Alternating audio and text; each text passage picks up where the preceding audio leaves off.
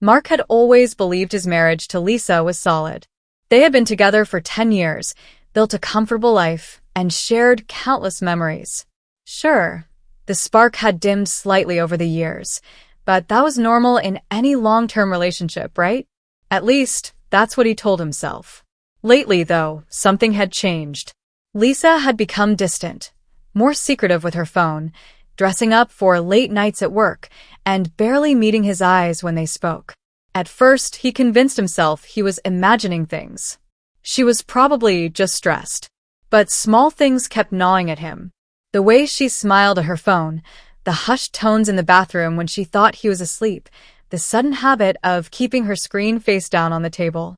He tried asking her about it, but she brushed off his concerns with a laugh. "You're being paranoid, babe," she had said. "Maybe you need a hobby." But Mark wasn't paranoid. The final straw came one evening when Lisa left her phone unattended on the couch while she went to grab a glass of wine. A message popped up from someone named Jay. His heart pounded as he read the preview. Asterisk, "I can't wait to see you again. Last night was incredible. Wish you were here with me instead of him." Asterisk. A rush of nausea hit him. His hands clenched into fists.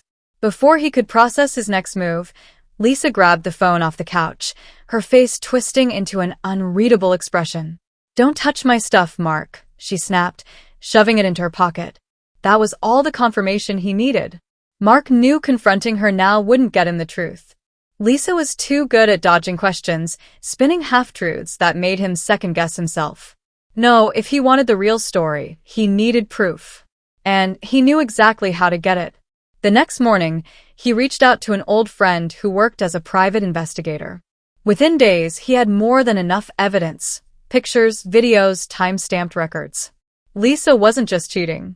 She was doing it boldly, carelessly, meeting some guy at hotels, sneaking him into their house when Mark was away for work. The man in question was Jake, one of her coworkers. The betrayal stung like nothing he had ever felt before, but Mark didn't let it break him. Instead, he channeled his pain into something else: cold, calculated revenge.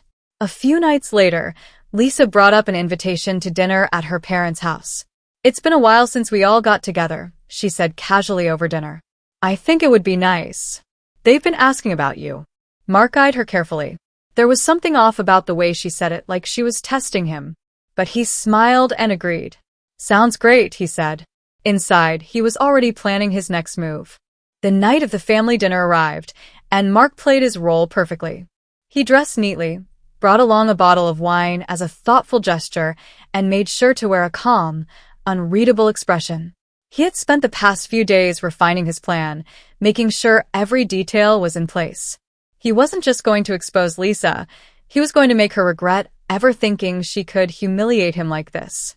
When he pulled up to Lisa's parents' house, he immediately noticed an unfamiliar car parked outside. A sleek, black sedan. His gut tightened, but he forced himself to stay composed. He had a pretty good idea who that car belonged to. Inside, Lisa's family was already gathered around the dining table, chatting and laughing. Her parents, David and Susan, had always liked Mark, treating him like their own son. Her younger sister, Emma, smiled warmly when she saw him, greeting him with a hug. Everything seemed normal, until Lisa walked in with another man right beside her. Mark didn't need an introduction to know who he was. Jake, the man who had been sneaking around with his wife. Lisa beamed as if nothing was out of the ordinary.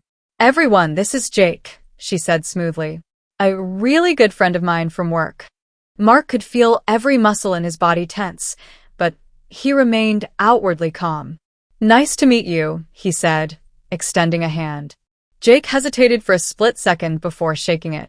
Mark didn't miss the way Lisa's fingers twitched, as if nervous about how he would react. Her parents, however, weren't as composed. Susan's eyes flickered with confusion. "Lisa, I thought this was a family dinner. Why did you bring a friend?" Lisa laughed a little too loudly. "Oh, Mom, come on. It's just Jake. He's been such a huge support to me lately, and I thought it'd be nice to introduce him to everyone." "Support?" Mark nearly scoffed. "Yeah, I bet he's been supporting you in more ways than one." Emma frowned. "Wait, is he your boss or something?" Lisa hesitated for half a second before waving her hand dismissively. No, no. Just a friend. Mark could see the cracks forming in her story already. But he played along, sitting at the table as dinner was served. Throughout the meal, Lisa kept glancing at him, as if waiting for him to react. Jake, on the other hand, was trying way too hard to impress everyone, laughing a little too loud, making awkward jokes, and constantly glancing at Lisa for approval.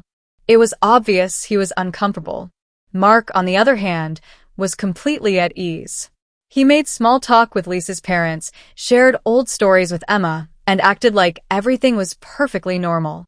He knew Lisa had done this on purpose. She wanted to see if she could break him, humiliate him by bringing her lover right in front of his face. But what she didn't know was that he was in control of the game now. About halfway through the dinner, he leaned back in his chair and smiled. "You know, I actually brought something special tonight," he announced. "A little surprise for everyone." Lisa's smile faltered. "Oh." Mark reached into his bag and pulled out a USB drive. "I put together a little video presentation," he said casually. "Lisa and I have been together for 10 years, so I thought it would be nice to relive some memories." Lisa's face lost all color. "Mark, I don't think." Her father cut her off, clearly interested. "That sounds wonderful, son. Let's see it." Mark plugged the USB into the TV, then pressed play. At first, the screen filled with warm, nostalgic images, photos from their wedding day, vacations, holidays spent with family. Lisa let out a small breath, maybe thinking he had decided to back down. But then, the images started to change. A blurry security camera recording of Lisa sneaking into a hotel with Jake. A timestamp screenshot of their text messages, including some very explicit exchanges. A close-up image of them kissing in Mark's own house while he was away. The entire room fell into stunned silence. Lisa gasped audibly, shooting up from her chair. "Mark, what the hell?" Her father slammed his hand against the table, his face red with fury. "Lisa, what is this?" Her mother looked horrified. Emma covered her mouth in shock. Jake, looking like a deer caught in headlights, was already inching toward the door. Mark took a slow sip of his wine, then set the glass down. "Oh, I'm sorry," he said smoothly. "I thought it was important for the family to see the kind of support Lisa has been getting lately." Lisa's face twisted in panic. "You set me up," she shrieked. Mark simply smiled. No, Lisa. "You set yourself up the moment you thought you could bring your boyfriend to dinner and get away with it." Lisa's face was frozen in sheer horror as the damning evidence continued to play on the TV screen. Her voice shook as she tried to control the damage. This isn't what it looks like," she stammered, but no one believed her. The footage was crystal clear. The timestamps, the messages, the secret meetups. Everything was there in black and white.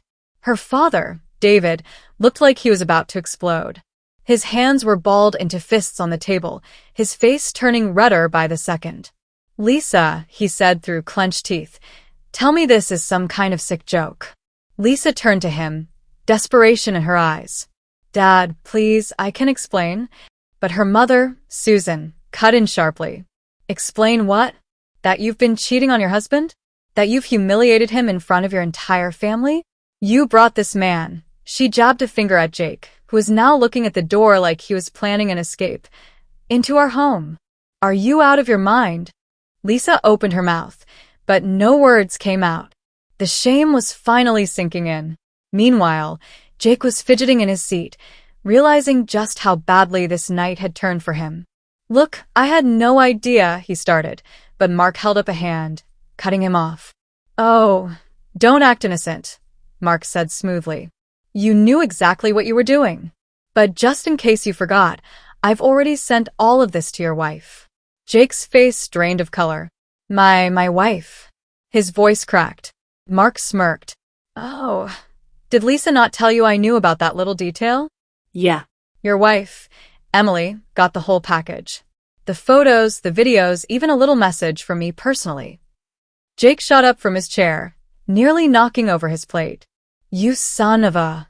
Mark stood up slowly, leveling him with a calm but deadly glare. "You don't want to finish that sentence, buddy." Lisa, now shaking, turned on Jake. You're married? You told me you were single. Mark let out a sharp laugh.